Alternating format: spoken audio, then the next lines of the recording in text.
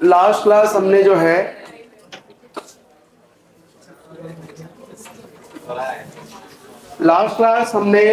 Basically जो है आपका जो कहाँ तक एक तरह से बात किया था हमने, पॉलिटिकल लाइफ ये स्टार्ट होने वाला था, ठीक है। सो जो संथाल ट्राइब है उनकी पॉलिटिकल लाइफ है ना, अगर आप देखेंगे तो ये शुरुआत होता है आपका कब से, जब ये माइग्रेट करके आते हैं कहाँ पे, संथाल परगना में, तब से। लास्ट क्लास एक कहानी, मतलब लाइक इनका ये माइग्रेट कैसे किए, ये पूरी कहानी आपको बताया था। ये मिदनापुर के साउथ एरिया में रहते थे और वहां से माइग्रेट करके पहुंचे कहाँ पे, ये पहुंचे चाई चंपागढ़ में। चाई चंपागढ़ मतलब आज का जो प्रेजेंट कोडरमा हजारीबाग का एरिया है, वहां पर पहुंचने के बाद ठीक है, लंबे समय तक वो रहे। लेकिन जब एक तरह से मोहम्मद बिन तुगलक के टाइम पीरियड की बात कर रहे हैं, तो जब मोहम्मद बिन तुगलक जो है दिल्ली सल्तनत का ये बना, राइट, शासक, रूलर बना, तो उसके टाइम पीरियड में ही क्या हुआ कि लूटपाट की घटनाएं काफी ज्यादा हो रही थी इस एरिया में। तो उसने अपने जनरल मलिक बया, और अगर आप संथाली लिटरेचर में देखेंगे तो इब्राहिम अली, है ना, ये दोनों नाम मिलते हैं, उसको भेजा और उसने जो है आपका अटैक किया कहाँ पे, इन एरियाज में। अटैक करने के बाद आप देखेंगे कि यहाँ के जो संथाल थे वो माइग्रेट कर गए कहाँ पे, संथाल परगना के रीजन में, क्योंकि यहाँ पे इनका जो गढ़ हुआ करता था, जो फोर्ट था जिसको बीघा फोर्ट कहते हैं, उसको कैप्चर कर लिया गया था। संथाल परगना में जब ये पहुंचे तो वहां पे ऑलरेडी जो डोमिनेट कर रही थी जो ट्राइब, वो थी आपका कौन, पहाड़िया। पहाड़, कोई बात नहीं, थोड़ा बहुत तो चलता है, जो है इतना तो मैनेज करना पड़ेगा क्या। अब जो बच्चे हैं जो रिकॉर्डेड देखेंगे वो तो सुन ही लेंगे, है कि नहीं। तो जो है आपका जो सौरिया पहाड़िया, माल पहाड़िया जो ट्राइब है वो ऑलरेडी वहां पे रह रहे थे। और उनकी जो एडमिनिस्ट्रेशन सिस्टम है वो भी बेसिकली क्या है कि जो माझी परगना एडमिनिस्ट्रेशन सिस्टम है वैसे ही है, लेकिन वो उसको अडॉप्ट किया बेसिकली संथाल लोगों ने, किससे, सौरिया पहाड़िया की ट्राइब, सौरिया पहाड़िया ट्राइब की जो एडमिनिस्ट्रेशन सिस्टम है उससे। सौरिया पहाड़िया ट्राइब की जो एडमिनिस्ट्रेशन सिस्टम है उसमें अगर आप देखेंगे तो जो हेड ऑफ द विलेज होते हैं वो मांझी ही होते हैं, ठीक है। इसके अलावा उनमें क्या होता है कि आपका जो 70 से 80 गांव होते हैं उसके जो हेड होते हैं उसको कहा जाता है आपका सरदार कहते हैं, है ना, सरदार कहा जाता है। यहां पर क्या है कि इन्होंने अडॉप्ट तो किया उससे, लेकिन जो इनका स्ट्रक्चर बना वो आपको मेनली 3 टियर सिस्टम देखने मिलता है। हाँ, कहीं कहीं पे आपको 4 टियर सिस्टम आपको देखने को मिलेगा। तो सबसे पहली चीज आपको ध्यान रख लेनी है कि संथाल ट्राइब ने जो अपनी गवर्नेंस सिस्टम है, जो सेल्फ गवर्नेंस सिस्टम है, उसको किससे अडॉप्ट किया, किससे अपनाया, तो ये अपनाया आपका सौरिया पहाड़िया ट्राइब से, है ना। सौरिया पहाड़िया ट्राइब जो मेनली आपका संथाल परगना रीजन में ही पाई जाती है। अब अगर हम यहाँ पे बात करें, ये कहाँ पे है इसका, अच्छा, अब यहां पर अगर हम बात करेंगे तो इसको लीगल अप्रूवल कैसे मिला, यानी जो है कानूनी मान्यता जिसको हम लोग कहते हैं, तो ये मिला इसको जो है आपका यूल रूल 1856 से। अब ये यूल रूल है क्या, तो 1855-56 में एक ट्राइबल रिवोल्ट होता है जिसको कहते हैं हम लोग संथाल रिवोल्ट, है ना। 1855 में स्टार्ट हुआ जो कि 1856 तक एक तरह से चला, लाइक एक तरह से ऑर्गेनाइज तरीके से हुआ था, एक मास लेवल पे हुआ था, इसलिए इसको संथाल परगना का फर्स्ट मास मूवमेंट कहते हैं, इंडिया का फर्स्ट ऑर्गेनाइज मास मूवमेंट कहा जाता है। और ये कहा बेसिकली किसने, तो जो है आपका कार्ल मार्क्स ने। वेल, इसको जो है कई अलग अलग नामों से जानते हैं, हम बात करेंगे उसके बारे में। लेकिन यहाँ पर आप ध्यान रखेंगे इस रिवोल्ट का ही एक तरह से रिजल्ट था, ठीक है, यूल रूल। यूल रूल है क्या, दरअसल क्या है कि ना, जो संथाल परगना रीजन में कई सारे जो आपका एडमिनिस्ट्रेटिव चेंजेस किए गए थे जब ब्रिटिशर्स यहाँ पर आए। उसमें से एक चेंज ये था कि जो हेड ऑफ द विलेज होते हैं मांझी, उनके पास जो भी जुडिशियल पावर होते हैं, एडमिनिस्ट्रेटिव पावर होते हैं, ठीक है। इसके अलावा अगर आप देखेंगे तो इकोनॉमिक पावर होता है। उसमें से खास करके जो जुडिशियल पावर है जिसमें वो डिसीजंस देते हैं, अगर मान लेते हैं कि विलेज लेवल पर कोई भी डिस्प्यूट वगैरह होता है तो वो पावर बेसिकली छीन लिया गया था, है ना। वहां पर जो है ब्रिटिश लॉज थे उसको इनैक्ट किया गया था और इस कारण से कई सारे इश्यूज हो रहे थे। अब क्या हुआ कि जब एक तरह से ये ट्राइबल रिवोल्ट हुआ तो क्योंकि उसी समय जो है आप देखेंगे 22 दिसंबर 1855 को संथाल परगना डिस्ट्रिक्ट का फॉर्मेशन होता है। अगर आपसे कभी पूछा जाएगा कि संथाल परगना डिस्ट्रिक्ट का फॉर्मेशन कब हुआ, तो वो हुआ आपका 22 दिसंबर 1855। और इसलिए आप देखेंगे 22 दिसंबर का बहुत इंपॉर्टेंस है। लाइक संथाल लोगों की जो अपनी लैंग्वेज है संथाली, उसका जो है आपका संथाली लैंग्वेज डे सेलिब्रेट करते हैं। 22 दिसंबर को ही जो संथाली लैंग्वेज है उसको कॉन्स्टिट्यूशन के 8th शेड्यूल में मान्यता दिया गया। तो काफी ज्यादा इंपॉर्टेंस है इसका, इस डेट का याद रखेंगे। अब हुआ ये कि 22 दिसंबर 1855 को जो है संथाल परगना डिस्ट्रिक्ट का फॉर्मेशन किया गया, जो बेसिकली डिस्टर्ब एरिया थे जहां पे ये आंदोलन हो रहा था, उन एरिया को मिला करके भागलपुर के कुछ हिस्से थे, इसमें जो आपका बंगाल के कुछ हिस्से थे, संथाल परगना के कुछ हिस्से थे, उसको मिला करके संथाल परगना डिस्ट्रिक्ट बनाया गया। और इस संथाल परगना डिस्ट्रिक्ट के पहले जो डिस्ट्रिक्ट कमिश्नर थे या डीसी थे, उसका नाम था एशली एडन। एशली एडन ने, ठीक है, उन मूवमेंट्स को, वो जो एक तरह से जो इंसर्जेंसीज जो चल रही थी उसको कंट्रोल करने के लिए ही उन्होंने एक रूल ड्राफ्ट किया जिसको कहा जाता है संथाल पुलिस रूल 1856, है ना। संथाल पुलिस रूल 1856 कहते हैं। तो इसमें था क्या कि जो संथालों की अपनी जो पारंपरिक शासन प्रणाली है, अपनी जो ट्रेडिशनल गवर्नेंस सिस्टम है, उसको बेसिकली रिकॉग्निशन देने के लिए ही लाया गया था। लेकिन जब उसको इनैक्ट किया गया, ठीक है, 29 दिसंबर 1856 को, तो उस समय भागलपुर के कमिश्नर थे कौन? George Yule. और उसी जॉर्ज यूल के नाम पर इस जो रूल था, जो संथाल पुलिस रूल जिसको हम लोग कहते हैं, उसका नाम यूल रूल पड़ा। ठीक है, कब इनैक्ट हुआ ये संथाल परगना में? 29 दिसंबर 1856 को। ठीक है, अब ये जो यूल रूल था, इसने क्या किया? इसने कई सारे जो है आपका जो है एक तरह से राइट दिए यहाँ के ट्राइबल लोगों को। सबसे पहली चीज, मांझी के पास जो पावर हुआ करता था, जो उससे छीन लिया गया था, वो पुलिस पावर उसको दिए गए कि भाई आप सबकी सहमति से क्या कर सकते हैं, आप डिसीजन जो है एक तरह से दे सकते हैं। अगर कोई सोशल क्राइम किया हो या फिर किसी भी तरह का अगर कोई जो है अगर डिस्प्यूट वगैरह हुआ, तो उसमें आप क्या कर सकते हैं? डिसीजंस दे सकते हैं। पहला काम ये हुआ। दूसरी चीज, जो संथालों की अपनी एडमिनिस्ट्रेशन सिस्टम है, यानी इसको कहा जाता है संथाल या माझी परगना एडमिनिस्ट्रेशन सिस्टम बोलते हैं। तो माझी परगना शासन प्रणाली को, ठीक है, कानूनी मान्यता देने का काम किसने किया? इसी यूल रूल ने किया। किसने किया? यूल रूल ने किया। किसने ड्राफ्ट किया था? एशली एडन ने किया था। ठीक है, कब किया था? तो ध्यान रखेंगे 1856 में किया था। तो यूल रूल 1856 ने दो मेजर काम किए। पहला चीज किया है कि माझी को जो आपका जो पावर उसको छीन लिए गए थे, वो सारे पावर उसको वापस दिए गए। और दूसरी चीज की जो माझी परगना एडमिनिस्ट्रेशन सिस्टम है, उसको लीगल अप्रूवल दिया, कानूनी एक तरह से मान्यता देने का काम किया। तो एक ही लाइन में याद रख लेनी है, लीगल अप्रूवल, ठीक है, यूल रूल 1856। अब जो संथाल समुदाय हैं, ठीक है, हालांकि इनका जो लाइक ओरिजिन है वो साउथ एरिया है, तो संथाल की अपनी लैंग्वेज है जिसको कहा जाता है आपका संथाली बोलते हैं। ठीक है, अब संथाली भाषा में गांव को कहा जाता है आतो। ठीक है, क्या बोलते हैं?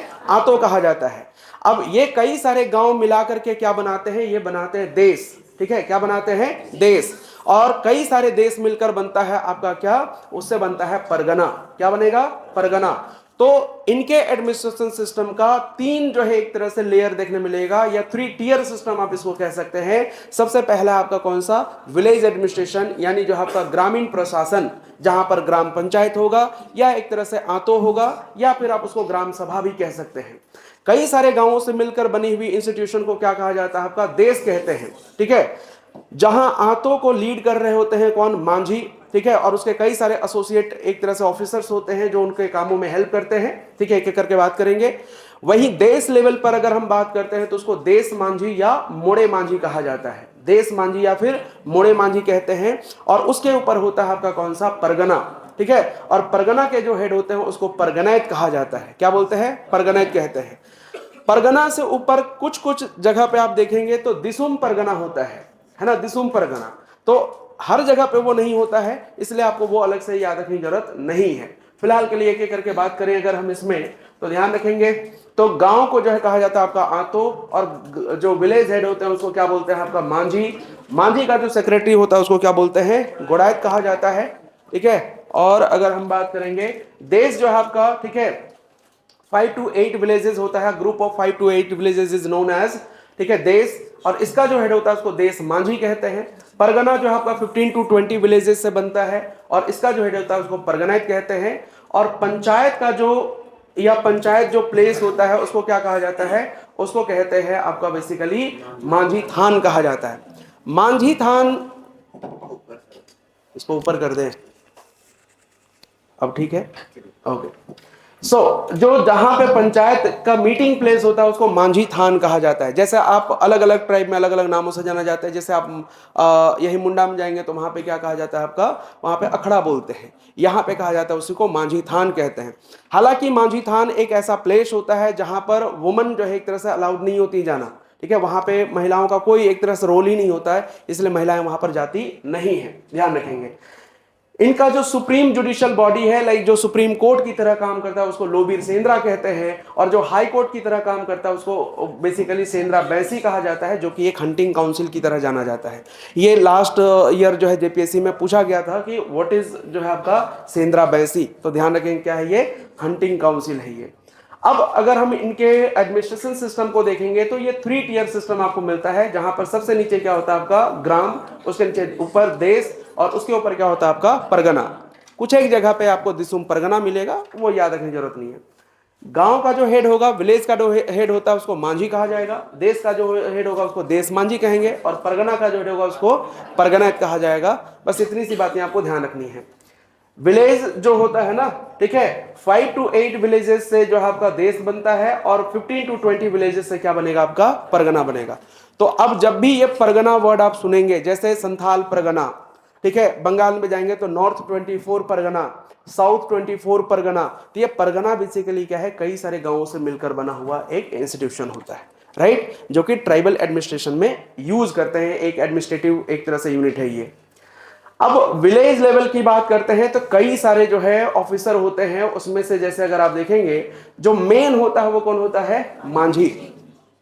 अब आपको बताता हूं एक चीज, ये जो मांझी वर्ड है ना, मांझी यहां पे कोई कास्ट नहीं है, हमेशा ध्यान रखिएगा। इवन हम दूसरे ट्राइब में पढ़ेंगे तो वहां पर भी कई सारे ऐसे नाम आएंगे, ठीक है। मांझी वहां पे देखेंगे क्या है आपका असिस्टेंट की तरह काम करता है, ठीक है, महतों की सहायता करता है, उरांव शासन प्रणाली जब हम पढ़ेंगे, जिसको पढ़ा पंचायत बोलते हैं। तो अब यहां पर आपको कई बार लगेगा ना कि ये जो है कोई कास्ट है, इट्स नॉट कास्ट, ये क्या है, पोस्ट है ना, क्या है, एक प्रकार का पद है। चाहे मांझी वर्ड आएगा, चाहे महतो वर्ड आएगा, चाहे मुंडा वर्ड आएगा, चाहे कुछ भी ऐसे आते हैं, यहां पर कोई कास्ट नहीं होगा। हाँ, जनरली क्या है कि संथाल ट्राइब की एडमिनिस्ट्रेशन सिस्टम है, तो संथाल लोग ही यहां पर अपॉइंट किए जाते हैं, ना कि किसी और को यहां पे, ठीक है, चुना जाता है या अपॉइंट किया जाता है। अब इसको सहायता करने के लिए कौन होगा, प्राणिक होगा, गुड़ैत होगा, जोग मांझी होगा, जोग प्राणिक होगा, भगदो प्रजा होगा, लासेर टंगाई होगा, और एक आपका नायके होता है। ये जो है आपका मेजर ऑफिसर्स होते हैं। अब प्राणिक बेसिकली क्या है आपका, जैसे मेन काम इसका क्या होता है, जब मांझी एब्सेंट रहेगा ना, किसी कारण से ऐसा हो सकता है, तो मांझी के कामों को देखने के लिए जो है आपका ये एक तरह का उप मांझी होता है, ठीक है। क्या होता है, उप मांझी होता है, यानी एक तरह जैसा मुखिया के जगह पे उप मुखिया है ना, प्रधानमंत्री जगह उप प्रधानमंत्री, ठीक है, हालांकि कॉन्स्टिट्यूशनली वो है नहीं, वैसे राष्ट्रपति की जगह उपराष्ट्रपति, वैसे ही ये जो प्राणिक होता है ना, ये उप मांझी की तरह काम करता है, ठीक है, डिप्यूटी मांझी कह सकते हैं, हालांकि कई जगह पे इंग्लिश में भी ये उपा मांझी लिखा हुआ देखने को मिलेगा, ठीक है। अब बात करें मांझी का क्या काम है, तो याद रख लीजिएगा, he is the headman of the village, गांव का जो है क्या होता है आपका प्रमुख होता है, ठीक है। He holds judicial and administrative powers which he uses to resolve disputes और problems.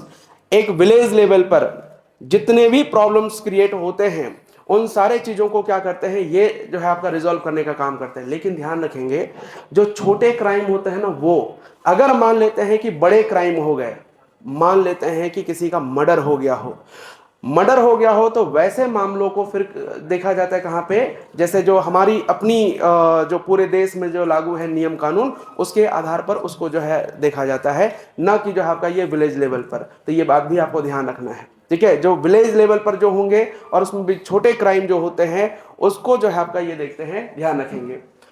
Represent the village in external affairs, अगर गांव के बाहर अगर कोई भी किसी भी तरह का मामला होता है तो गांव को रिप्रेजेंट करने का काम कौन करता है? आपका मांझी करता है। Solves disputes like land divorce and conflicts through village council meetings, ठीक है, तो ग्राम पंचायत के माध्यम से जो भी समस्याएं होती हैं उनका समाधान करने का काम करेगा। हत्या जैसे गंभीर अपराध को छोड़ करके, क्योंकि वो फिर जो है आपका कहां पे चला जाएगा, वो जो है आपका बाकी जो हमारी एक तरह से बीएनएस और जो है आपका ये है ना क्या बोलते हैं आईपीसी सीआरपीसी, अब वो जो है नाम नहीं बोलते हैं, बीएनएस और जो है आपका बीडीएस ऐसा कुछ बोलते हैं ना, हाँ, भारतीय न्याय संहिता और भारतीय दंड संहिता, उसके आधार पर अब उसको देखा जाता है। ठीक है, ठीक है। Has the power ranging from tax collection to arranging marriages, तो मांझी जो आपका लगान वसूलने से लेकर के शादी विवाह करवाने तक का काम एक तरह से देखते हैं। अब देखो ये जो है ना, जो इनके फंक्शन होते हैं वो जनरली आपके एग्जाम में नहीं पूछा जाता है, ठीक है, जनरली नहीं पूछा जाता है। सिर्फ अभी तक से जितने बार भी सवाल पूछे गए ना, वो ये पूछा गया है कि एक गांव का जो हेड होता है वो कौन होता है, तो कौन होता है आपका मांझी, बस इतना ध्यान रख लेना है। ठीक है, elected usually during the month of Magh, दरअसल माघ महीने में ये लोग एक फेस्टिवल मनाते हैं जिसको माघसिम फेस्टिवल कहा जाता है, और उसी माघसिम फेस्टिवल के दौरान इनको क्या किया जाता है, आपका चुना जाता है। तो अब जो है चुना जाता है, इट मींस ये कोई हेरिडिटरी पोस्ट तो नहीं है ना, ये कैसा आपका इलेक्टेड पोस्ट है, ध्यान रखेंगे। और इसीलिए क्या है, ये जो पोस्ट होता है ये ट्रांसफरेबल नहीं होता, कहने मतलब ऐसा नहीं कि हम अगर मांझी बन गए तो अपने बेटे को ट्रांसफर कर दिए, ये नहीं कर सकते, ठीक है, क्योंकि ये एक ऐसा पोस्ट है जो इलेक्टेड होता है। अब अगर ये इलेक्टेड है, इट मींस जो है अगर हम इनके एडमिनिस्ट्रेशन सिस्टम को देखेंगे तो ये कैसा एडमिनिस्ट्रेशन सिस्टम होगा, लाइक डेमोक्रेटिक होगा, है ना, क्या होगा, डेमोक्रेटिक होगा। तो ये क्या करनी है, थोड़ी बहुत आपको ध्यान रखनी है, ताकि जो है एग्जाम में अगर आए तो बना सके। अब क्या है कि जो है प्राणिक, ठीक है, तो प्राणिक के लिए कई जगह पर आपको प्रमाणिक वर्ड भी देखने को मिलेगा, है ना, प्राणिक के जगह प्रमाणिक वर्ड भी लिखा हुआ मिलेगा, तो आप घबराइएगा नहीं, दोनों सेम ही है। ठीक है, तो ये क्या करता है, acts on behalf of Manjhi in his absence, ठीक है, तो मांझी की तरह काम करेगा, या ही takes charge in the absence of Manjhi, जब मांझी एक तरह से अनुपस्थित रहेगा तो उसके कामों को कौन देखता है, आपका वो देखता है, प्राणिक देखता है, और इसलिए प्राणिक को कहा जाता है आपका उपमांझी भी बोलते हैं, ध्यान रखेंगे। और एग्जाम में ना अभी तक से 2 बार एक तरह से इसके बारे में पूछा जा चुका है कि कौन जो है आपका उपमांझी कहलाता है, तो वह है कौन, आपका वो प्राणिक कहलाता है। नाउ इसको उपमांझी भी बोलते हैं या डिप्यूटी मांझी भी कहा जाता है। Decides the punishment for offenders, अब मान लेते हैं कि किसी ने कोई सोशल क्राइम किया हो, जैसे संथाल कम्युनिटी में क्या होता है, आप जो है सेम गोत्र में शादी नहीं कर सकते, ठीक है, अगर मानते हैं किसी का सेम गोत्र है तो आप समझ लीजिए कि वो आपस में भाई बहन की तरह हैं, और भाई बहन में शादी नहीं होती है, ठीक है, पहली चीज। दूसरी चीज कि आप जो है ना दूसरे जाति में शादी नहीं कर सकते हैं, सेम गोत्र में और दूसरी जाति में आप शादी नहीं कर सकते, ठीक है, लाइक इंटरकास्ट मैरिज को ये लोग जो है सोशल क्राइम मानते हैं, ठीक है, तो ये एक हो गया। तीसरी चीज, अगर मान लेते हैं कि किसी का जो है लाइक रेप कर दिया गया हो, ठीक है, तो उस केस में भी क्या है आपका, ठीक है, जो पनिशमेंट क्या देना है ये डिसाइड कौन करता है, आपका ये डिसाइड करता है आपका प्राणिक, लेकिन ध्यान रखेंगे फाइनल जो डिसीजन होता है वो देता है आपका मांझी ही देगा। ये सिर्फ डिसाइड करता है कि इसको ये सजा मिलनी चाहिए, जैसे वकील लोग बोलते हैं ना कि भाई इसको जो है सजाए मौत मिलना चाहिए, इसे कड़ी से कड़ी सजा देनी चाहिए, लेकिन फाइनल डिसीजन कौन देता है, आपका जो जज होता है वो। उसी तरह से ये डिसाइड करता है कि किसको क्या सजा देना चाहिए, क्योंकि ये बेसिकली क्या है, आपका मांझी के कामों में सहायता करने का काम करता है, राइट। तो अब क्या है, जैसे इसमें सबसे जो हार्डेस्ट पनिशमेंट है उसको कहा जाता है बिटलाहा। बिटलाहा बेसिकली क्या है, आपका एक्स कम्युनिकेशन एक तरह से बोलते हैं, ठीक है, समाज से किसी को बहिष्कार कर देना कहा जाता है इसको, और यह सबसे कठोर दंड माना जाता है। समाज से बहिष्कार करने का मतलब जो है आप उसके साथ किसी भी तरह का कोई रिलेशन नहीं रखेंगे, अगर कोई पर्सन गांव का अगर उसके साथ कोई रिलेशन रखता है तो उसको भी क्या कर दिया जाता है, आपका उसको भी समाज से बाहर कर दिया जाता है, ठीक है। तो ये जो है आपका डिसाइड कौन करते हैं, ये करते हैं मांझी, देश लेवल पर देश मांझी और परगना लेवल पर परगनायत, ठीक है। कई जगह पर हमने देखा कि कुछ लोग बोल देते हैं कि नहीं नहीं ये सिर्फ और सिर्फ जो है आपका कौन, ये मांझी डिसाइड करता है, लेकिन नहीं, क्योंकि ये एक हायरार्की है जहां पे सबसे नीचे विलेज एडमिनिस्ट्रेशन होगा, उसके ऊपर देश, और सबसे ऊपर होगा आपका परगना, और तीनों के पास ये सुनवाई करने के राइट्स होते हैं, ठीक है, तो ये ध्यान रखेंगे। अब इसके बाद आता है गुड़ैत, ठीक है। देखिए कई सारे एडमिनिस्ट्रेशन सिस्टम में ये गुड़ैत टर्म आपको देखने मिलेगा, और गुड़ैत या कहिए चाहे गुड़ैत कहिए, बतिया इज द सेम, दोनों का मतलब सेम ही है, ठीक है, बस नाम है गुड़ैत, गुड़ैत है ना, या गुड़ाइत। गुड़ाइत का वैसे लिटरल जो मीनिंग होता है वो होता है आपका क्या, मैसेंजर ऑफ द विलेज। जैसे मुंडा का लिटरल मीनिंग होता है political head of the village, है ना, वैसे ही जो अगर आप देखेंगे जैसे बैगा का मतलब होता है religious head of the village, Pahan का मतलब होता है religious head of the village, वैसे ही अगर आप देखेंगे जो गुड़ाइत होता है ये क्या होता है आपका, ये होता है आपका मैसेंजर ऑफ द विलेज होता है, यानी गांव का संदेशवाहक। अब संदेशवाहक किस तरह का, तो ध्यान रखेंगे, ठीक है, पीछे फोन में कहां लगे हुए हैं, एकदम बीच में, अच्छा वो देख रहे हैं, तो इधर भी थोड़ा सुनिए, ठीक है, तो पता चला मोबाइल में ही दिमाग चला गया, ऊपर से आया नोटिफिकेशन KKRH, क्या कर रहे हो, है ना, कहानी खत्म हुई। तो अब यहां पे ध्यान रखिएगा कि मैसेंजर जो होता है ना, इसका दो तरीके का काम होता है, ठीक है। जैसे मान लेते हैं कि अगर मैं मैसेंजर की तरह काम कर रहा हूं, और जो आपका सुप्रीम लेवल पर बैठे हुए हैं कौन, आपके अभिनव सर, और आप हैं जो है मान लेते हैं विलेजर्स, ठीक है, ठीक है, आप अधिकारी हैं, है ना। अब मान के चलते हैं कि मैं मैसेंजर की तरह अगर एक्ट कर रहा हूं, तो उनके जो डिसीजंस होंगे, उनके जो ऑर्डर्स होंगे, वो मैं आप तक पहुंचाऊंगा, आपके जो इंफॉर्मेशन होंगे, ठीक है, आपकी जो बातें होंगी, वो मैं कहां तक पहुंचाऊंगा, आपका, ठीक है, अभिनव सर तक पहुंचाऊंगा, ठीक है। तो अब यहां पे क्या हो गया, ठीक है, एक तरह से टू वे कम्युनिकेशन हो रहा है ना, कि उधर की न्यूज इधर, इधर की न्यूज उधर, तो सेम काम करता है आपका कौन, गुड़ैत का काम होता है। तो गांव वालों तक सूचनाएं पहुंचाना, ठीक है, आदेश जो है आपका पहुंचाना, और साथ ही साथ गांव वालों की समस्याएं या उनकी जो बातें होती है वो कहां तक पहुंचाना, आपका मांझी तक पहुंचाना, यही काम होता है किसका, गुड़ैत का काम होता है, ध्यान रखेंगे। अब ध्यान रख लीजिएगा, अगर मान लेते हैं ये संदेशवाहक है, इसका मतलब गांव के हर एक, ठीक है, लोग होंगे, उसके बारे में इसके पास इंफॉर्मेशन होगा, होगा कि नहीं होगा। तो अगर हर एक का इंफॉर्मेशन होगा, तो जब भी एक तरह से मीटिंग वगैरह होगी, तो उन गांव वालों को जाके, ठीक है, इन्फॉर्म करना कि भाई फलाने दिन जो है आपका मीटिंग है, सबको प्रेजेंट रहना है, ठीक है, ये काम कौन करेगा, आपका ये गुड़ैत ही करता है। तीसरी चीज, ठीक है, maintains demographic details of the village. Demographic details का मतलब कि गांव में टोटल कितने लोग हैं, कितने महिला हैं, कितने पुरुष हैं, कितने बाल बुतरू हैं, कितने विवाहित हैं, कितने अविवाहित हैं, ये सारा जानकारी कौन रखेगा, आपका यही रखता है, ठीक है। डेमोग्राफिक डिटेल का मतलब यही हो गया, ठीक है। तो ये जो है जानकारी कौन रखेगा, आपका, ठीक है, गुड़ैत रखता है, क्योंकि वो मैसेंजर है, गांव तक पहुंचता है, गांव वालों से बात करता है, उनसे मिलता जुलता है, तो जानकारी तो याद कैसे रहेगा, ठीक है, ऐसा थोड़ी है वो उदित कुशवाहा है क्या मजाक कर रहा हूं, ठीक है। तो सब चीज याद नहीं रहता, ठीक है, और हर किसी को सब चीज याद नहीं रहता, वो क्या होता है, आपका रिकॉर्ड मेंटेन करना पड़ता है, ठीक है। अब मान लेते हैं ये क्यों करेगा रिकॉर्ड मेंटेन, कल को कोई और गुड़ैत बनेगा, ठीक है, तो उसको भी तो इंफॉर्मेशन मिलना चाहिए ना, ठीक है। इस गुड़ैत की जिम्मेदारी होगी कि वो सारा डिटेल जो है आपका, ठीक है, जो इसका सक्सेसर होगा उसको प्रोवाइड करे, है ना। खैर, तो ये ध्यान रख लेनी है।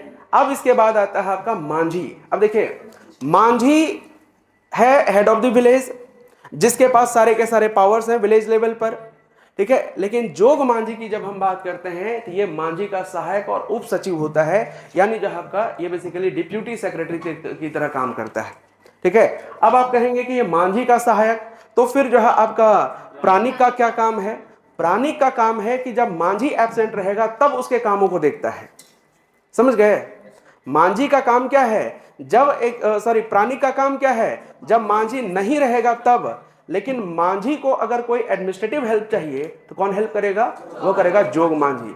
अब देखिए, ये मेनली होता है क्या, यूथ लीडर होता है, युवा नेता।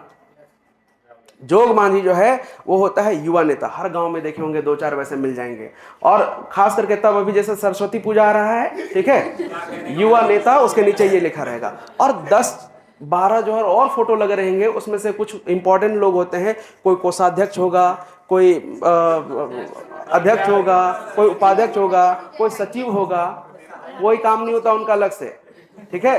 लेकिन यहाँ पे इसका काम है। अब यूथ लीडर है ये। लास्ट क्लास आपको याद होगा, मैंने बताया था कि एक होता है संथाल कम्युनिटी में यूथ डॉर्मिटोरी, युवा गृह जिसको कहते हैं, जिसको कहा जाता है घोटुल। घोटुल को लाइक जो उसका जो संचालन करने का काम है, जो ऑपरेट करने का काम है, वो कौन करेगा आपका? वही जोग मांझी करेगा। क्यों? क्योंकि यह यूथ लीडर, इसको सबके बारे में पता है कि किसका किसके साथ क्या चल रहा है। समझ गए? युवा नेता है ना, और इसको यही सारा जानकारी रखना है। समझ गए? तो यहां पर ध्यान रखेंगे, ठीक है। ये असिस्टेंट है एंड डिप्यूटी सेक्रेटरी है किसका? आपका मांझी का। Leads village youth and maintains record of births and marriages, कि किसका किसके साथ ब्याह हो गया है, ये जानकारी रखेगा कौन? युवा नेता। ठीक है। इसके अलावा in case of sexual abuse और misconduct victims first report to him. अगर मान लेते हैं यौन अत्याचार जैसे कोई भी मामले होती है तो सबसे पहले इसी को जानकारी दिया जाता है। ठीक है, जानकारी देगा ये, फिर जो है आपका जाके, क्योंकि मांझी का ये असिस्टेंट होता है, फिर मांझी को इसकी जानकारी दी जाती है।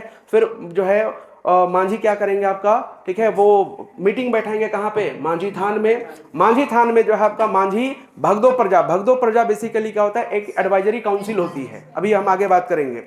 तो बेसिकली क्या होता है ना कि उसमें जो बड़े बुजुर्ग लोग होते हैं, ठीक है, जिनको एक्सपीरियंस हो चुका है लाइफ का, ठीक है, उनका एक ग्रुप होता है। उनको कोई सैलरी नहीं मिलता है, बोलता है अरे बूढ़ा बुजुर्ग है, इनको क्या ही सैलरी दिया जाए। ठीक है, तो एक नॉन सैलरीड पोस्ट अगर आप देखेंगे तो वो है कौन सा? आपका भगदो प्रजा। तो भगदो प्रजा के हेल्प से क्या करेगा आपका मांझी? डिसीजन लेगा कि आखिर क्या करना है। अब उसको क्या सजा देनी है ये डिसाइड करेगा कौन? ये करेगा आपका प्राणिक करेगा। ठीक है, कि भाई क्या सजा देनी है इसको। समझ गए? तो यहां पे ध्यान रखेंगे, ये जोग मांझी जो है यूथ लीडर है, और जनरली क्या है आपका? मांझी का असिस्टेंट होता है, और साथ ही साथ जो है आपका डिप्यूटी सेक्रेटरी होता है। वहीं अगर हम जोग प्राणिक की बात करते हैं तो जब जोग मांझी एब्सेंट रहेगा, हो सकता है कभी कभी ये ससुराल चला जाए, है ना, शादीशुदा होता है जनरली ये, तो ससुराल चला जाए तो उसका काम कौन देखेगा? हाँ, तख्ता पलट भी हो सकता है। ठीक है, लेकिन जो है आपका जनरली वैसा नहीं देखा जाता। ठीक है, तो जो है जोग प्राणिक क्या करेगा? जब एक तरह से जोग मांझी एब्सेंट होगा तब जाकर उसके कामों को देखता है, इसलिए इसको क्या बोलते हैं? डिप्यूटी जोग मांझी या उप जोग मांझी भी कहा जाता है। बस इतनी सी बातें इसमें ध्यान रखनी, बाकी कुछ है नहीं। अब आता है आपका भगदो प्रजा। भगदो प्रजा दरअसल हर गांव में देखते होंगे, दो चार जो है बूढ़ा बुजुर्ग लोग बैठ के जो है आपका, ठीक है, डिस्कस कर रहे होते हैं। अरे क्या बताएं, ठीक है, घुटना का ऑपरेशन करवाए थे लेकिन ठंडा या फिर से कनकना रहा है। कनकनाना समझते हैं? हल्का हल्का दर्द होना को कनकनाना बोलते हैं। दर्द लगातार होता रहेगा। तो दरअसल क्या है कि ये वही लोग होते हैं, और ये लोग क्या करते हैं आपका? फ्री का एडवाइस देने का काम करते हैं। बुजुर्ग लोग क्या करते हैं आपका? फ्री का एडवाइस देंगे। जैसे आप गांव जाते होंगे, अगर गांव के होंगे तो, बाकी शहर के हैं तो ठीक है, गांव जाते होंगे तो बिना मतलब का बुला के, बेटा सुनो इधर, क्या कर रहे हो? ठीक है, आप बोलेंगे क्या तैयारी कर रहे हैं, तो वो सीधे बोले कब तैयार हो हुए, है ना? अच्छा सुनो इधर सुनो, ठीक है, शादी ब्याह का कुछ सोचे हो? ठीक है, और नहीं तो वो चिढ़ाने के लिए क्या कहें जानते हैं? अरे मेरा पोता तो बैंगलोर में ट्रेनिंग कर रहा है। ठीक है, भले वो क्या ट्रेनिंग कर रहा है उसको मालूम होगा, लेकिन वो चिढ़ाने के लिए बोल देते हैं कई बार। ठीक है, तब जाके आपका जो है मूड झरक जाएगा। ठीक है, और मन ही मन आप या फिर जो उसको बोल देंगे कि अगर हो जाएगा तब बर्दाश्त नहीं कर पाएंगे। जनरली वही होता है। ठीक है, वो सिर्फ आपको चिढ़ाने के लिए पूछेंगे कि जो है क्या कर रहे हो, लेकिन जब आप कुछ करने लग जाएंगे तो फिर उसको बर्दाश्त नहीं होगा, है कि नहीं? खैर, ये सच्चाई है। तो अब क्या है कि ये जो भगदो प्रजा क्या है, ये senior and important community members होते हैं। ठीक है, और इसी को क्या कहा जाता है? आपका भगदो प्रजा कहते हैं। Participate in discussions and judgements. तो मेनली क्या है, अगर आपको इसको एक लाइन में याद रखना हो तो क्या कहेंगे आप? एडवाइजरी काउंसिल है ये। ठीक है, एक क्या आपका मतलब जो है आपका एडवाइजरी को क्या बोलते हैं? सलाहकार समिति है ये। कैसा आपका? सलाहकार समिति है। तो क्योंकि जब आपको चीजों को याद रखना है, एक एक लाइन में केवल याद रखते जाइएगा। ठीक है, तो वैसे ही भगदो प्रजा जब आप मानते हैं शॉर्ट नोट्स बनाएंगे, डैश देके केवल लिख दीजिए आपका एडवाइजरी काउंसिल, बस, है ना? इतना याद रख लेना है। इसके बाद अगर हम बात करेंगे तो एक होता है लासेर टंगाए। लासेर टंगाए का मतलब होता है तेज कुल्हाड़ी। ठीक है, शार्प एक्स, है ना? अगर जब इसका मतलब देखते हैं लासेर टंगाए का तो इसका मतलब होता है शार्प एक्स। ठीक है, एक्स बोल के जो है बहुत लोगों का चेहरा उदास हो गया है, क्या याद दिलवा दिए आज, है कि नहीं है? खैर टेंशन नहीं लेना है, इधर ध्यान दीजिए। ठीक है, जब आपका सिलेक्शन हो जाएगा तो फिर वो आपको ज्यादा याद करेंगे कि काश पापा को मना लिए होते। क्या, आइए इधर। तो लासेर टंगाई क्या है आपका, मेनली ये क्या होता है ना कि ये होता है ग्राम रक्षा दल की तरह।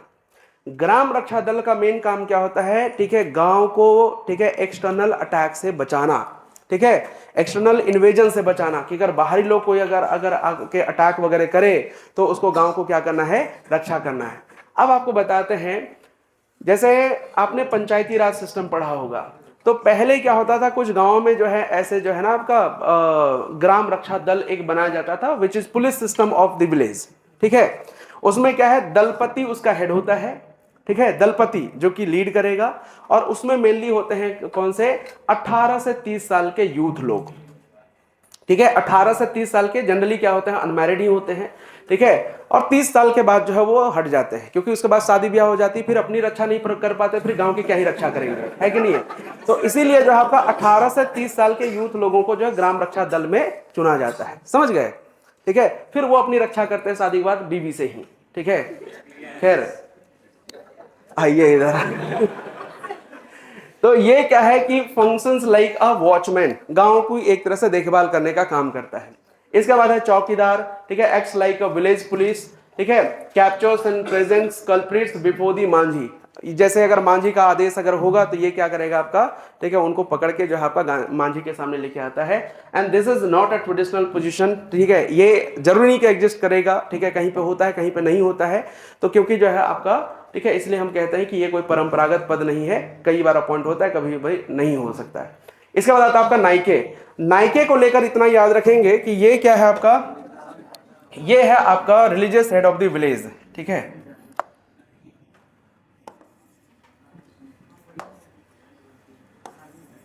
ये है आपका religious head of the village, यानी गांव का धार्मिक प्रधान, गांव का धार्मिक प्रधान कहलाता है, ध्यान रख लीजिएगा, ठीक है।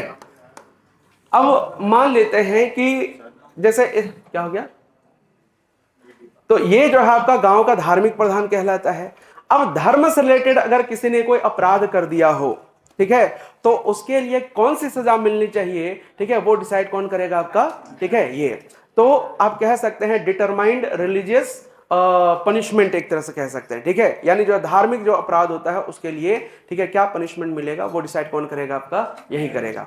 हालांकि जो इसका जो रिलीजियस असिस्टेंट होता है उसको कहा जाता है क्या, कुड़ाम नायके बोलते हैं, ठीक है, क्या बोलते हैं, कुड़ाम नायके कहा जाता है। बस इतनी सी इसमें ध्यान रखनी, बाकी इसमें कुछ भी अलग से रखने की जरूरत नहीं है, ठीक है। धार्मिक अपराध का उदाहरण में, धार्मिक अपराध का उदाहरण में जैसे मान लेते हैं कि जो है आपका कई तरह के हो सकते हैं, हाँ, गाय का मीट फेंक देना, आप गलत दिशा में जा रहे हैं, ठीक है, वो वैसा नहीं होता।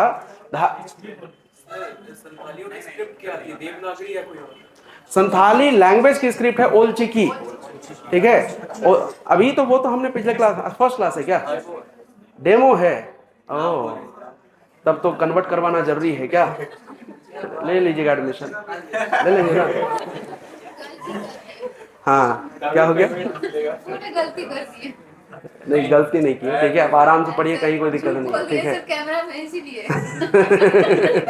तो आराम से पढ़िए, और किन्हीं का डेमो है नहीं ना, देखो आराम से पढ़ो, कोई टेंशन वाली बात नहीं है। थोड़ा क्या है ना कि अभी टाइम कम है तो इसलिए अपन स्लाइड्स यूज कर ले, अदरवाइज जो है स्लाइड्स वगैरह यूज नहीं करते, फिर लिख लिख के पढ़वाते हैं, है ना, डिक्टेट कर करके पढ़वाते हैं आराम से। हाँ ये तो आप अपने बारे में बताएं, कोचिंग के बारे में ना बताना था। हाँ, कोचिंग भी बढ़िया भाई, ऐसी वैसी लगा हुआ है, और क्या ही चाहिए, गर्मी का दिन है।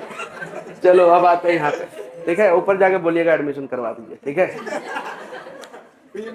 तो ये क्या है आपका रिलीजियस हेड होता है, राइट। अब क्या है कि जो रिलीजियस ऑफेंसेस होते हैं, रिलीजियस एक तरह से अगर कोई अपराध किया हो तो उसको क्या सजा मिलनी चाहिए, वो सारा चीज जो है आपका ये डिसाइड करता है, ठीक है, ध्यान रखेंगे।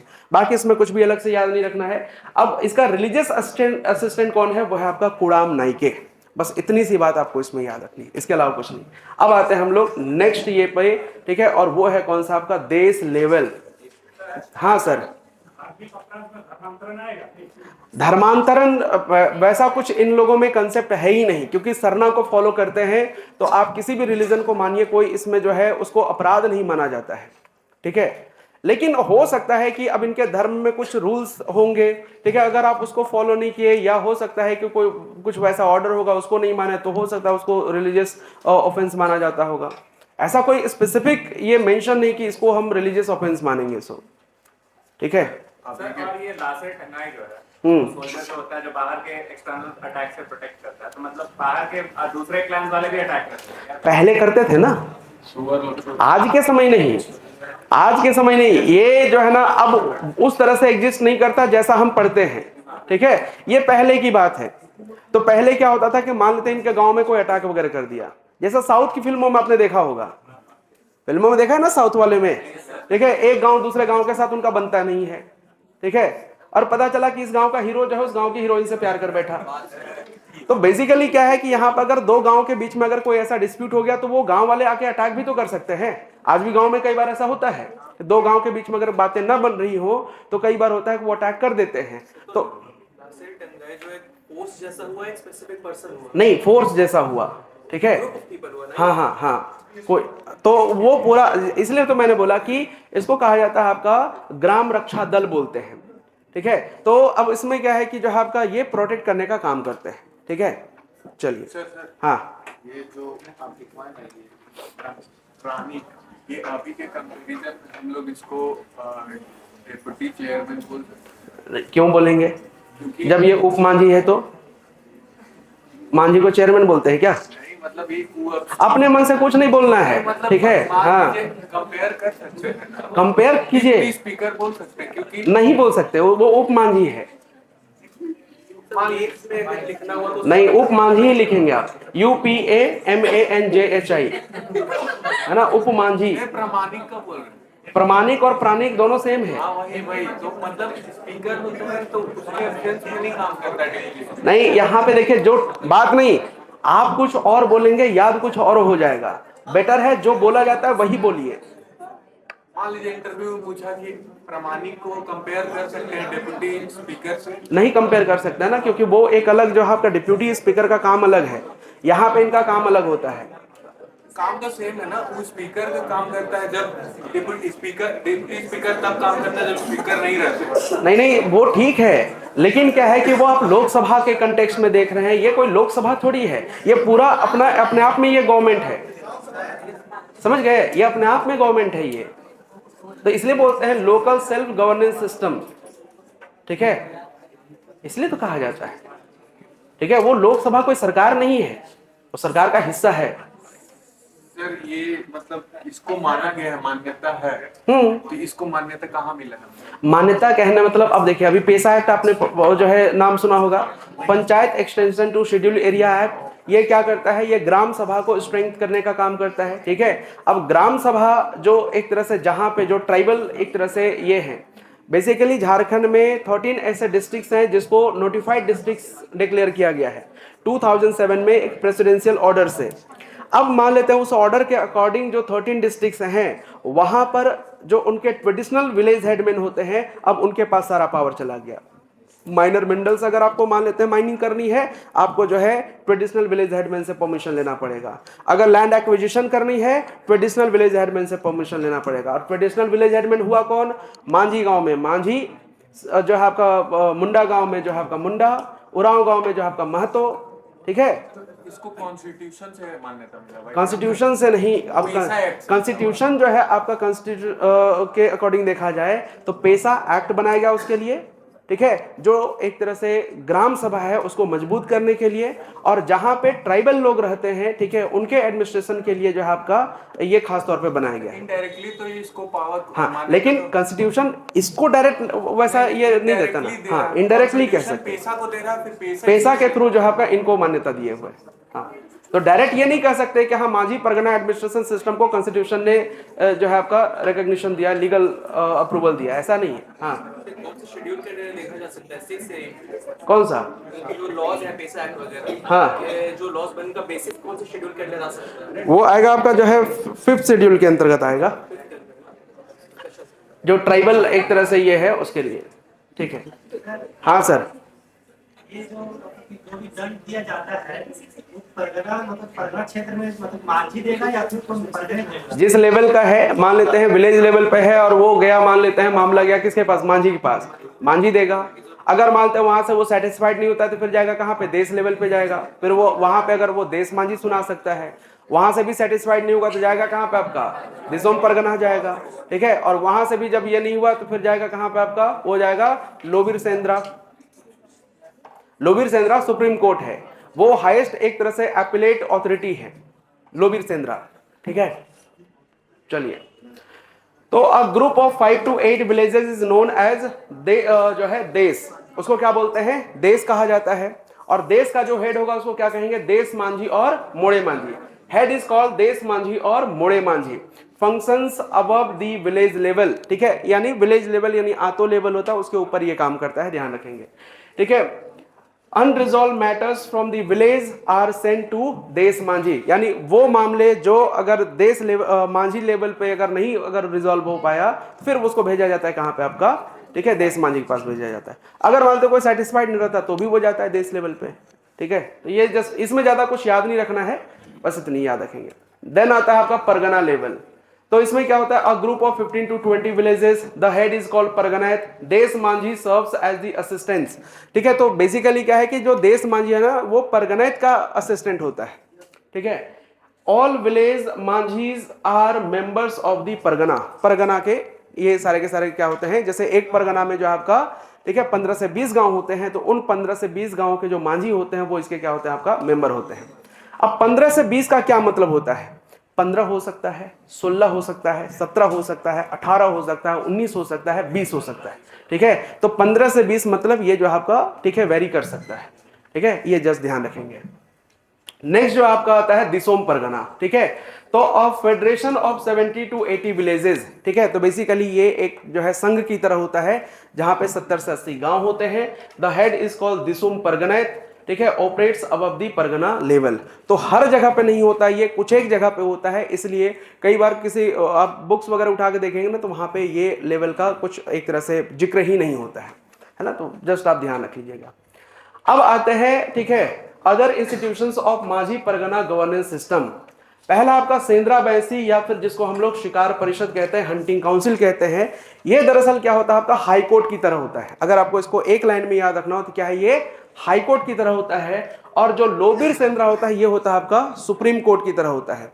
तो अगर मान लेते हैं कि आप विलेज लेवल पर या देश लेवल पर या परगना लेवल पर अगर सेटिस्फाइड नहीं होते, तब आप जाके कहां पे अपील करेंगे, वो लोबीर सेंद्रा में अपील करेंगे, ध्यान रखेंगे। और यहां पर क्या है कि वो मांझी, देश मांझी, परगनायत है ना, ये मिल करके क्या करते हैं, आपका उस मामले की सुनवाई करते हैं। ठीक है, ये जस्ट ध्यान रखना। तो केवल इतना याद रखेंगे, ये है आपका सुप्रीम कोर्ट और वो क्या है, हाई कोर्ट है ना, हाई कोर्ट है, हंटिंग काउंसिल। एक मिनट सर, जो आप बोले लोबीर सेंद्रा में मेंबर्स तो वही होंगे, तो वो तो डिसीजन ले चुके होंगे, फिर तो ले चुके होंगे, लेकिन अब यहाँ पे सब मिलके डिसीजन लेंगे ना। अच्छा, मांझी इंडिविजुअल लिए हुए हाँ फिर अलग अलग लेवल पे। हाँ कहाँ पे, नहीं अगर जैसे मान लेते हैं कि मांझी लेवल पे सुनवाई हुई, ठीक है, वहां से मानते हैं कि अगर मामला सॉर्ट नहीं हुआ, वो गया कहाँ पे, देश लेवल पे। देश लेवल पर अगर वो रिजॉल्व नहीं हुआ, गया कहाँ पे आपका, परगना लेवल पे। परगना लेवल पर भी अगर ये नहीं हुआ, ठीक है, या उसको लगता है कि हमें जो है आपका न्याय नहीं मिला हुआ है, तो जाएगा आपका कहाँ पे, वो जाएगा आपका, ठीक है, ठीक है, वहां नहीं, वो जा सकता है आपका, यहाँ भी जा सकता है, अपील कर सकता है यहाँ पे। तो यहाँ पे अपील करने वाला ये मामला आ जाता है। दिसोम का लिटरल मीनिंग क्या होता है? दिसोम का मतलब देश होता है। ठीक है, जैसे बोलते हैं दिसोम गुरु, तो दिसोम मतलब जो मांझी लोगों का पूरा देश है वो दिसोम कहलाता है, उसके गुरु, तो उसको कहा जाता है आपका शिबू सोरेन को, हेमंत सोरेन नहीं, शिबू सोरेन को, तो वो बोलते हैं दिसोम। किसका मतलब, वही देश, देश, बात नहीं। अब इसके बाद बात नहीं, अब क्या है, पनिशमेंट इन मांझी परगना गवर्नेंस सिस्टम। तो सबसे पहला आपका करेला, ये जो है ना एकदम बड़ा प्यारा सा छोटा मोटा टाइप का दंड है। ठीक है, स्मॉलेस्ट पनिशमेंट एक तरह से कह सकते हैं। ठीक है, जहां पर क्या होता है आपका, जैसे अलग अलग बुक में अलग अलग चीजें लिखी हुई हैं कहीं पे लिखा हुआ मिलेगा 5 रुपए से 50 रुपए तक का जो है, ठीक है, फाइन लगाया जाता है। कहीं पर जो है आपका 1.5 रुपए से जो है आपका, ठीक है, 5 रुपए तक लगाया जाता है। तो आप उतना मत याद रखिए, बस इतना याद रखिए कि इसमें क्या होता है आपका, ये इकोनॉमिक एक तरह से लाइक मॉनेटरी पनिशमेंट एक तरह से देते हैं, यहाँ पे पैसे वैसे एक तरह से लिए जाते हैं, इसमें और कुछ नहीं होता। सेकेंड है आपका बिटलाहा। बिटलाहा बेसिकली क्या है, ये है आपका सामाजिक बहिष्कार।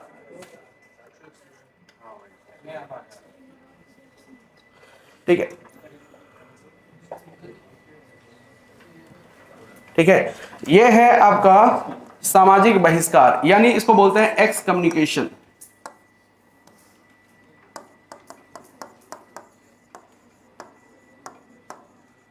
या सोशल बॉयकॉट भी आप एक तरह से कह सकते हैं, है ना, सामाजिक बहिष्कार है ये, ठीक है। अब ये जो है कई अलग अलग तरह के केसेस में हो सकते हैं। जैसे जनरली किताबों में लिखा मिलता है कि अगर किसी का रेप कर दिया गया हो तो जो रेपिस्ट होता है उसको जो है सामाजिक बहिष्कार का दंड दिया जाता है, ऐसा नहीं है। अगर आपने जो है दूसरे गोत्र में सेम गोत्र में शादी कर लिया तो एक्स कम्युनिकेशन हो सकता है। अगर आपने जो है दूसरे धर्म में शादी कर लिया तो जो है आपका एक्स कम्युनिकेशन हो सकता है।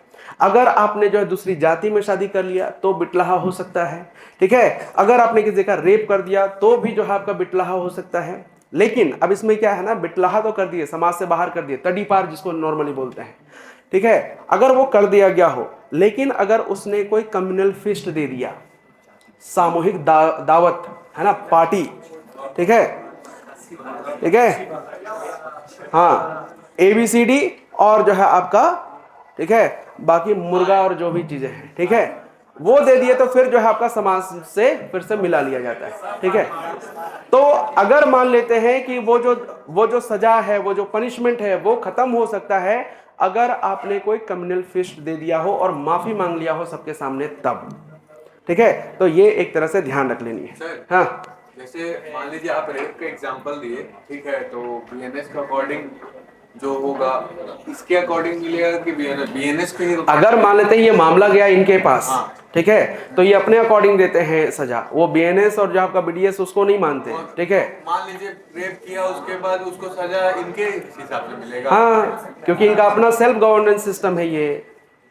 और वो केस कर दिया पुलिस में तो फिर वो पुलिस सुनवाई करेगी उसकी।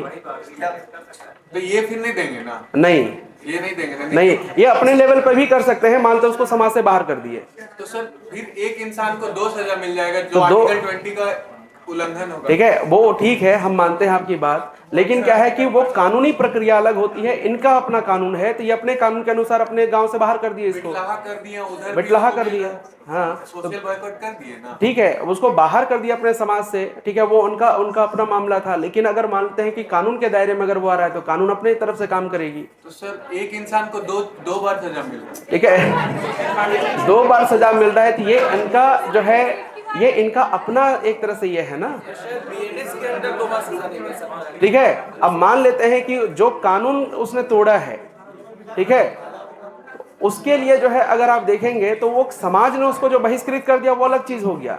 लेकिन BNS के अकॉर्डिंग जो है उसको 2 बार सजा थोड़ी दिया जा रहा है, मतलब कॉन्स्टिट्यूशन के अकॉर्डिंग एक ही बार, हाँ। और इनके हिसाब से एक बार, हाँ, ठीक है। तो 8 मार्च को एग्जाम है भाई, ठीक है, अब यहां पर ध्यान रखेंगे, इन केस ऑफ इलेजिटिमेट चाइल्ड, बात नहीं, हाँ क्या,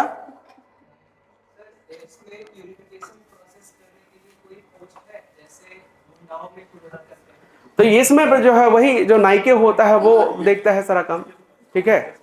तो अब यहां पे आते हैं, ठीक है, अगर मान लेते हैं कि कोई जो है अवैध संतान अगर ये हो तो क्या होगा, ठीक है। अब देखिए, पहला चीज, गांव की मीटिंग बुलाई जाएगी, माझी थान में मीटिंग होगी, वहां पर सुनवाई की जाएगी। उस समय उससे पूछा जाएगा कि इसका बाप कौन है, उस महिला से, ठीक है, महिला से पूछा जाएगा कि इसके पिता हैं कौन।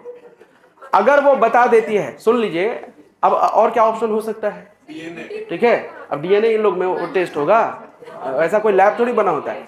अब सुनिए, यहाँ पे उससे पूछा जाएगा कि इसके पिता कौन है। अब ट्राइबल गवर्नेंस में है ना, वो कसम खा के सच्चाई बनने वाला, ठीक है, वो अलग चीज है ना, कसम तो ऐसे भी जो है ये करवा देते हैं। अब सुन लीजिए, अब सुनिए, ध्यान दीजिए, तो उससे पूछा जाएगा कि इसके पिता कौन है। अगर वो बता देती है, ठीक है, और ये प्रूफ हो जाएगा कि यही इसका पिता है, ठीक है, तो उन दोनों की शादी करवा दी जाती है। प्रूफ कैसे होगा? अरे भाई, ठीक है,